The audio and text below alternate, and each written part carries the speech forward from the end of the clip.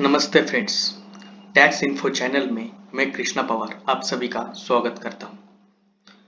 आज की इस वीडियो में हम उद्यम आधार रजिस्ट्रेशन कैसे निकालें इसके बारे में चर्चा करने वाले हैं। उद्यम आधार निकालने के लिए आपको गूगल पे जाके उद्यम आधार रजिस्ट्रेशन सर्च करना पड़ेगा। सर्च करने के बाद आपके सामने गवर्नमेंट का उद्यम रजिस्ट्रेशन .gov.in ये ऑफिशियल वेबसाइट दिखेगा। उसके जाने के बाद आपको ये वेबसाइट ओपन करना है। ओपन करने के बाद आपके सामने ये वेबसाइट का इंटरफेस ओपन हो जाएगा। Ministry of micro small and medium enterprises ये वेबसाइट गवर्नमेंट का उद्यम आधार रजिस्ट्रेशन करने के लिए निकाला गया है। इसमें आप अगर फर्स्ट टाइम उद्यम रजिस्ट्रेशन कर रहे हैं तो आपको just MSME Udyam registration process इसके नीचे new enterprises who are not yet registered as a MSME ये ऑप्शन दिखाई देगा।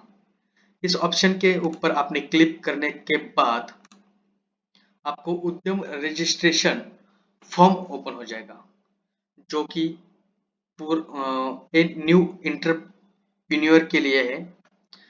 आधार ये फॉर्म के जस्ट पॉइंट 1 में आप देखेंगे तो इंटरप्रेन्योर का आधार नंबर आपको पूछा गया है। इसमें आधार नंबर डालेंगे और सेकंड पॉइंट जो है name of entrepreneur. Aadhaar number डालने के बाद सेकंड ऑप्शन में नाम वही डालेंगे जो आधार कार्ड पे जो एक्चुअल में है। इवन आपका आधार कार्ड के ऊपर नाम गलत है तो भी यहाँ हम वही नाम डालेंगे। आधार नंबर डाल दिया, आधार के ऊपर जो नाम है ये नाम डाल दिया। हम जो कि ये हमको डिक्लेरेशन दिया है वो डिक्लेरेशन हम उसको राइट करेंगे और वैलिडेट एंड जनरेट ओटीपी। इसको करने के बाद आपको एक ओटीपी आएगा जो मैंने फिल करके पहले ही रखा है। आधार वेरिफिकेशन विथ ओटीपी कंप्लीटली हो चुका है। अभी उसके बाद पैन वेरिफिकेशन हो जाएगा। इसमें पूछा है कि टाइप ऑफ ऑर्गेनाइजेशन। इधर 11 पॉइंट दिए हैं, आपके हिसाब से जो आपको पॉइंट लेना है वो आप ले सकते हैं। मुझे प्रोप्राइटर का करना है तो मैं प्रोप्राइटर ले लिया और पैन नंबर भी मैंने डाल दिया है। उसके बाद पैन का वैलिडेशन कर देते हैं।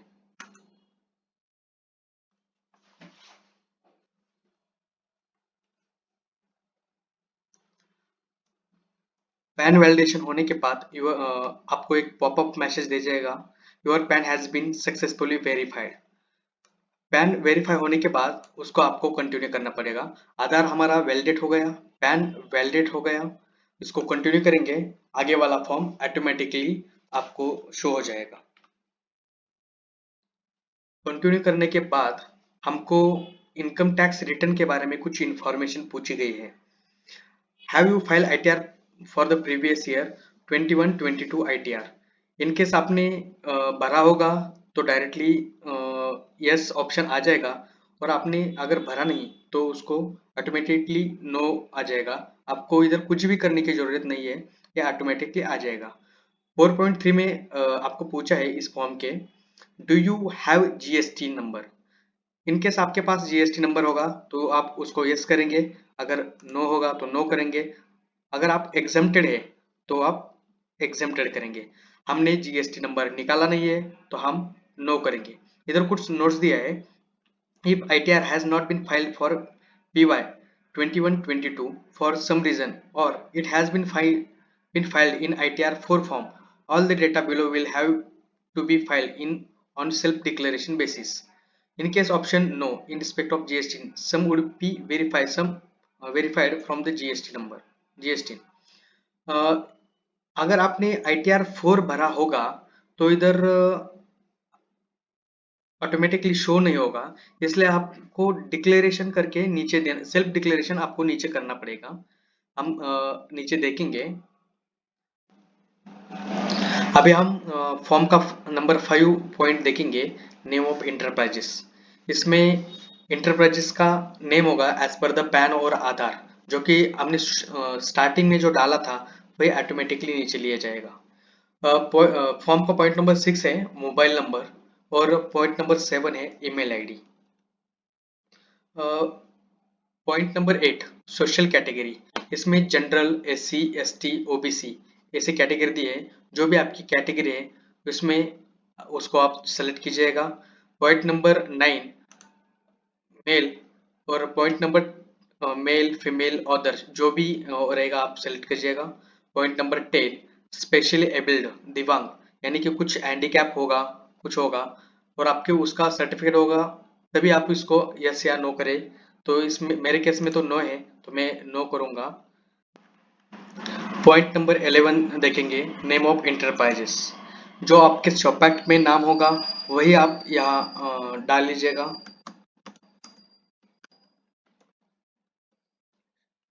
डालने के बाद प्लांट और यूनिट नेम यहाँ ऐड करना है।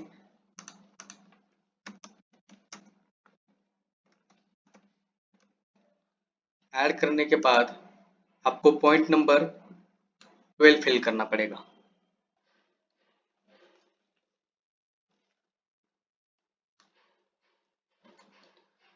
Point number 12 location of the plant और यूनिट्स, इसमें हमने ऊपर यूनिट ऐड किया है, इसके वजह से यहाँ काव्या कलेक्शन ऑटोमेटिकली दिखाई दे रहा है। इधर हम प्लांट का लोकेशन डालेंगे जो कि शॉप एक्ट पे हमने लिया है।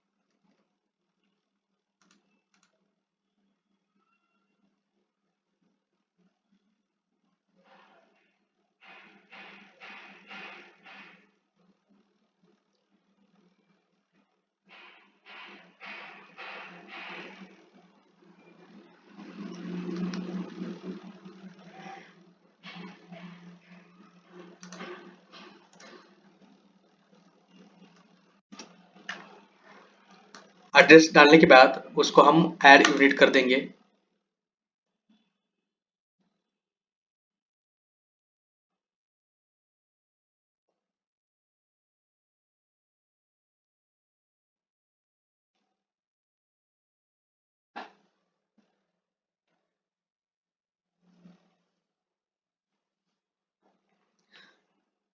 ऐड यूनिट करने के बाद और उसका एड्रेस ऐड करने के बाद आपको नीचे दिखाई देगा।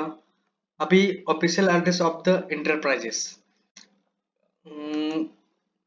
इसका एक ही यूनिट है तो एड्रेस भी इसका एक ही है। मैं जो ऊपर एड्रेस दिया था वही एड्रेस में यहाँ भी डालने वाला हूँ।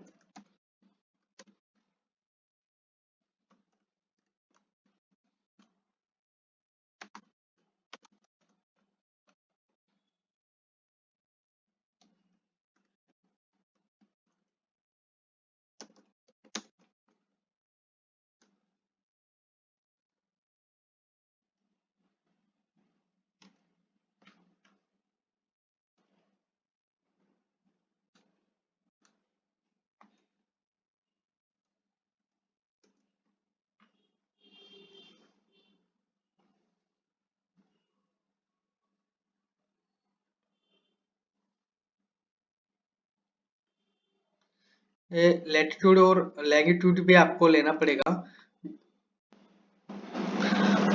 मैंने डायरेक्टली ले लिया है। गेट लैटिट्यूड एंड लॉन्गिट्यूड करके आप एग्जैक्ट पॉइंट पे ड्रॉप करके आप डायरेक्टली ले सकते हैं।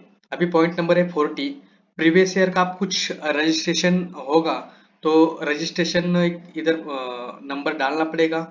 प्रीवियस उद्यम आधार का रहेगा तो इधर क्लिक करके आप डाल सकते हैं। मेरा कुछ नहीं था तो मैं नॉट एप्लीकेबल कर रहा हूँ।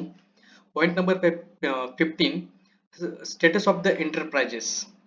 इसमें आपको पूछा गया है पॉइंट नंबर ए में डेट ऑफ इनकॉर्पोरेशन और रजिस्ट्रेशन। तो जो मेरा शॉप एक्ट पे है वही डेट ऑफ रजिस्ट्रेशन में ले रहा हूँ।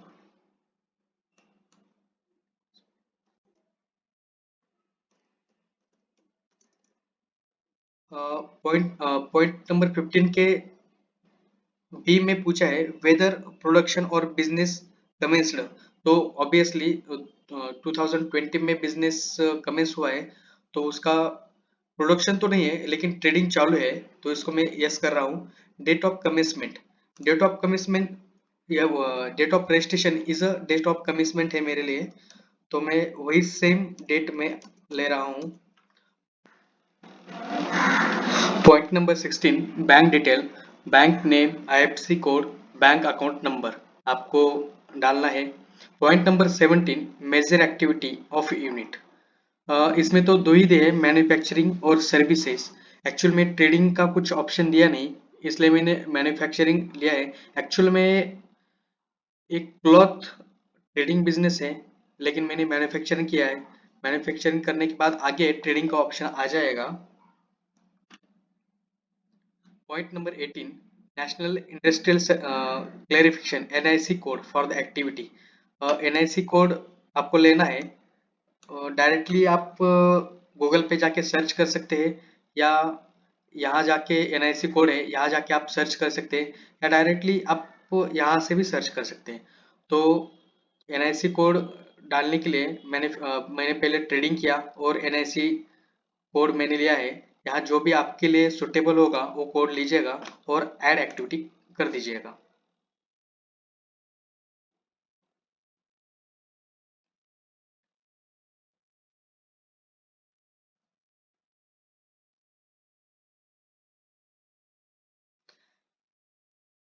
ऐड एक्टिविटी करने के बाद आपका ये नीचे कोड जनरेट हो जाएगा।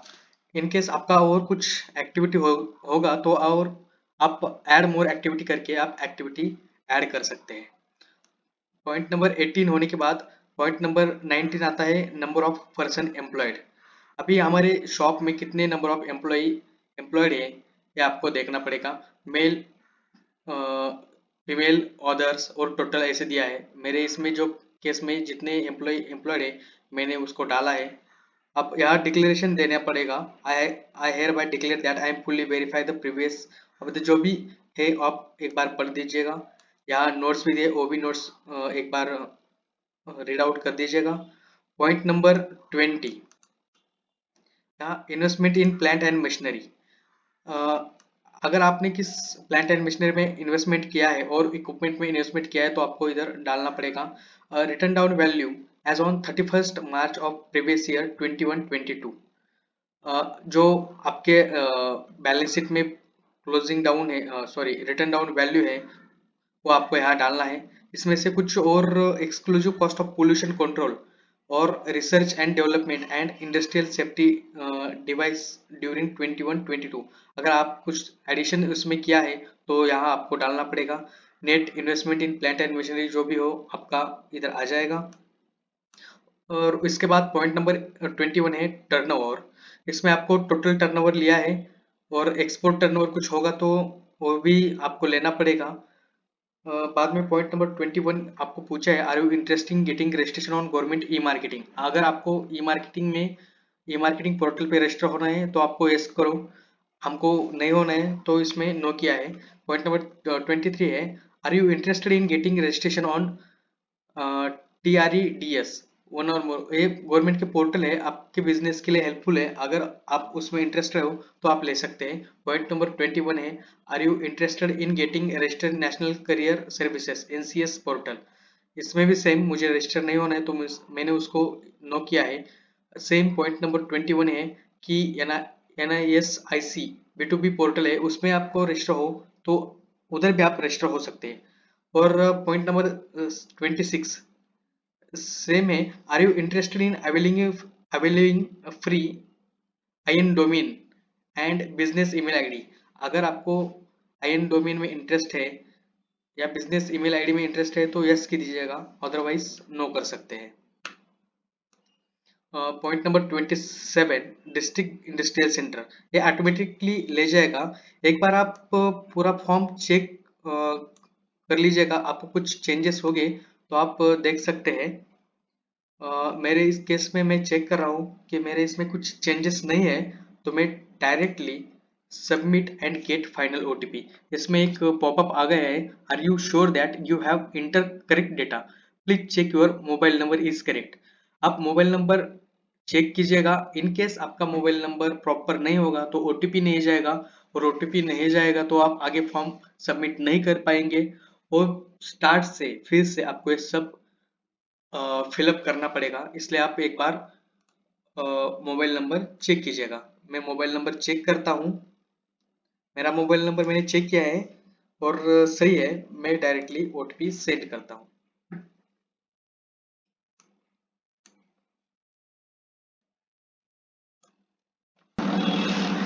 मैंने OTP डाल दिया, कैप्चा कोड, वेरिफिकेशन कोड डालने के बाद मुझे पॉपअप आ गया है, थैंक यू फॉर विजिटिंग उद्यम रजिस्ट्रेशन पोर्टल, और ये मुझे उद्यम रजिस्ट्रेशन नंबर आ गया है। फ्रेंड्स, इसी प्रकार आप उद्यम रजिस्ट्रेशन कर सकते हैं।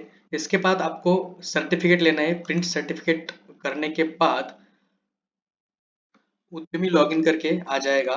इधर आपको उद्यम रजिस्ट्रेशन नंबर डालना है, मैंने डाल दिया, और जो आपने रजिस्टर करते टाइम जो मोबाइल नंबर दिया था वही नंबर आपको डालना है।